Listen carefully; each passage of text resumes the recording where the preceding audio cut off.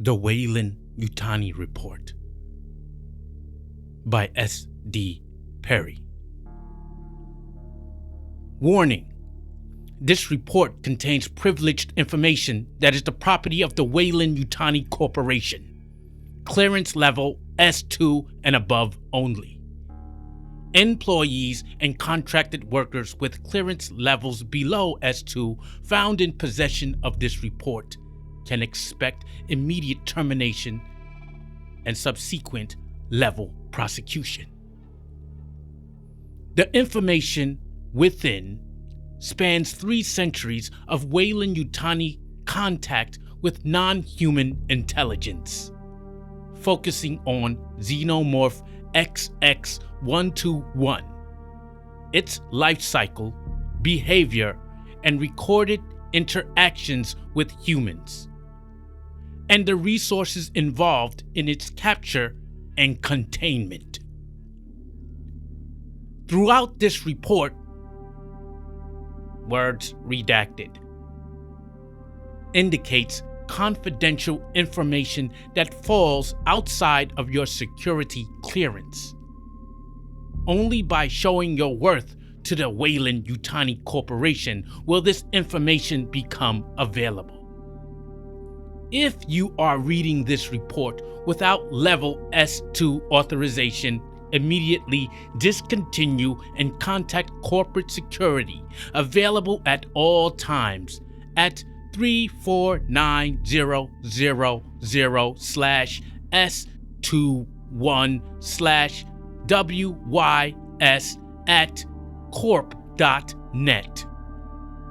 Report as encryption security failure. Failure to report an unsecured copy will result in maximum penalties. Company timeline. 2012. The Weyland Corporation is formed. 2023. First patent for method and apparatus for cybernetic individuals granted to the Weyland Corporation. 2034. The first FTL-capable vessel, the Hinaras, is introduced by the Weyland Corporation. 2039. The first breathable atmosphere is created on an extrasolar planet, GG7cc, following deployment of a Weyland atmosphere processor. 2091. The Prometheus mission leaves for LV-223. 2093. Sir Peter Weyland dies on LV-223. 2094.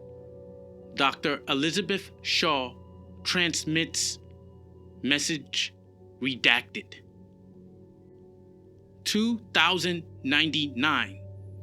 The Weyland Corporation absorbs cybernetics rival Yutani. The Weyland-Yutani Corporation opens with the largest share value ever recorded on the system's exchange. 2101. The United States Colonial Marine Corps is established. 2104. South, Central, and North America form a financial collective, the United Americas. 2122. First recorded contact with Xenomorph, LV-426, and USCSS Nostromo. 2130. Co-funded by the Weyland-Yutani Corporation, Gateway Station is constructed. 2037. Civilian Amanda Ripley encounters Xenomorph at Sevastopol. 2157. Hadley's Hope, a Weyland-Yutani terraforming colony, is established on LV-426. 2079. Third and fourth recorded contacts with Xenomorph. LV-426/USS Sulaco and Fiorina 161. 2202. United Americas, EU/UK, China, Hilalyo, and 4 independent core system colonies form the United Systems. 2219. The Geryon Cadmus mission leaves for LV-223. Contact with the Cadmos is terminated after information redacted. 2226. United Systems military is established. 2291. Weyland-Yutani colony at New Indy successfully sues for independence. 2293. Rival company Ridton markets advanced FTL drive. Weyland-Yutani loses USM contract for FTL vessels. 2306. Artificial persons from the Althea Collective are granted civil rights. All cybernetics divisions suffer financial loss. 2349. Mega corporations are banned. Weyland-Yutani loses final appeal to retain designation 3 years later. 2356. DNA samples from a xenomorph implanted human, Ellen Ripley, are rediscovered by the USM. 2376. The first Auton is manufactured an android designed by androids. 2379. Following a violent uprising on Luna/AE, Autons are recalled and destroyed. 2381. Most recent recorded contact with Xenomorph, USM Auriga. Xenomorph XX121. Basic life cycle. So that every employee understands the nature of this invaluable resource, what follows is a somewhat simplified overview of the Xenomorph's life cycle. Variations from this cycle are addressed in other sections and where applicable. The egg. First discovered by Executive Officer Gilbert Ward Thomas Kane in a cargo hold of a derelict alien ship on LV-426 in 2122. This initial stage of the xenomorph is roughly 1 meter in height, ovoid and leathery, with 4 petal-like lips at the top, like a reptile egg. The leathery shell requires a moist environment to replenish albumin and external heat to develop properly. Resonant images taken aboard the USM Auriga showed an internal structure much like a reptile's egg, an amniotic cavity, a yolk of sorts, and sac to support life, and albumin to supply hydration and shock absorption. Besides remarking on the humid heat of the cargo hold, Executive Officer Kane also described a kind of field surrounding the eggs, consisting of directed light and a mist. It has been theorized that the eggs were in a kind of stasis field, dormant until triggered by a host large enough to accommodate an embryo. Uploads from Executive Officer Ken's suit showed that the eggs were at least partially translucent. He described the movement of organic life within. The Nostromo's away team did no carbon dating, so longevity speculations are questionable.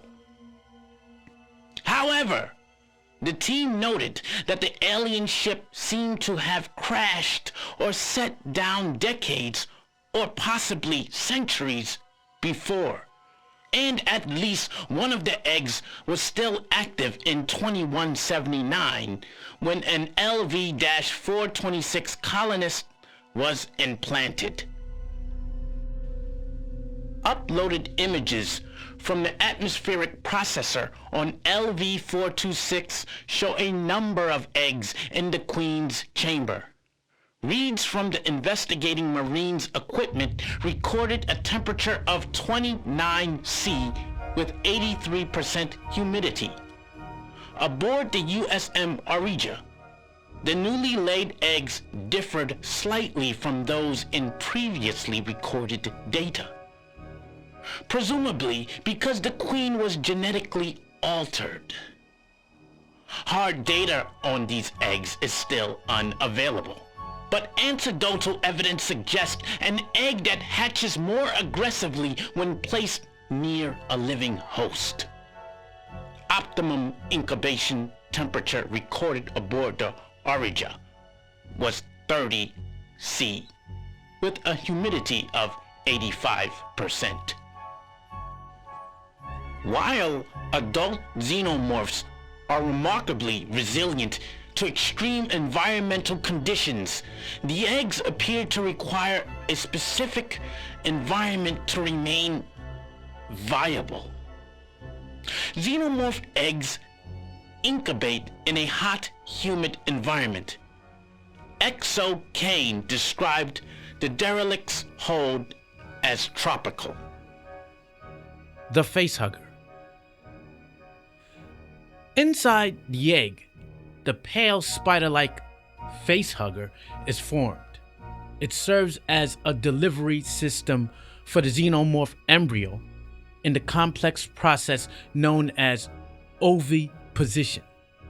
Successful oviposition requires not only finding the right type of host, but also evading the host's natural defense mechanisms. The facehugger has 8 tri-jointed digits and a long prehensile tail. The ovipositor, a fleshy tube through which the creature implants a host, is located anteriorly, filtering sacs on either side of its body, ensure environmental control over the host. Once the facehugger is engaged, pits along the dorsal posterior appear to function much like the veromonasal sensory organs employed by certain species of reptile. This is unconfirmed. The organism's purpose is singular, to impregnate. But to do so, the creature must attach to an appropriate host and keep the host viable long enough for the second stage xenomorph to develop. Aboard the Nostromo, artificial person and science officer Ash noted that the facehugger that attacked Executive Officer Kane fed him a cyanose-based paralytic substance and chemically suppressed his immune system in order to implant the parasitic embryo. The creature also filtered the toxic atmosphere of LV-426 to provide oxygen to Kane. Ash believed that the organism was able to determine and mimic the host's atmosphere needs in order to keep him alive. However, there is no corroborating evidence, as Kane's implantation is the only record instance of a host being attained in a toxic environment. Colonist medtechs at Hadley's Hope also noted the paralytic chemical fed to the hosts and discovered that this immunosuppressive substance released by the facehugger is related to azomethoprene. The colonists' first recorded attempt to remove a facehugger during the implantation process resulted in the death of the host. Although the implantation was prevented and the facehugger survived, several facehuggers were captured by the colonists on LV-426. Prior to embryonic delivery, anecdotal reports suggest that the facehugger can survive for at least 120 hours outside of the egg without implanting, based on containment timestamps from Hadley's Hope and recorded testimony of USCM Captain D. Brackett. Reference number TB/28974. Unsubstantiated reports from the Origo tell us that no longevity tests were performed. After delivery of the necrotropic embryo, the facehugger stays attached to the host until the implantation is secure. Times appear to range from 20 minutes to 16 hours. It is unknown how the facehugger receives the signal to disengage from the host, although scant evidence implies a recombinant plasmid chemical pulse. Its purpose fulfilled, the facehugger then crawls away to die. The host often wakes shortly thereafter and does not appear to be aware of the implantation. After effects noted include a sore throat and a slight temperature. All recorded variations of the facehugger are capable of expelling acid. The creature encountered by the crew of the Nostromo melted through Kane's face shield in seconds to gain direct access to suitable orifice aboard the USS Sulaco. A facehugger carrying a queen embryos similarly accessed Ellen Ripley's hypersleep chamber. Records from Hadley's Hope suggest that initial attempts to contain the facehuggers failed, resulting in several deaths. The LV/426 colonists finally enclosed specimens in an alkaloid nacolite water bath, which apparently rendered their acid ineffective. Containers were made of Weyland-Yutani med-grade temper glass. S.O. Ash was the first to suggest that Xenomorph XX121's blood is fluorine-based. When the AP attempted to remove the facehugger from X.O. Kane, the organism bled a highly caustic compound that subsequently ate through 2 full decks of the Nostromo. At Hadley's Hope, an undetermined number of colonists were burned or killed in attempts to remove implanting facehuggers. All stages of Xenomorph XX121 exhibit this biology.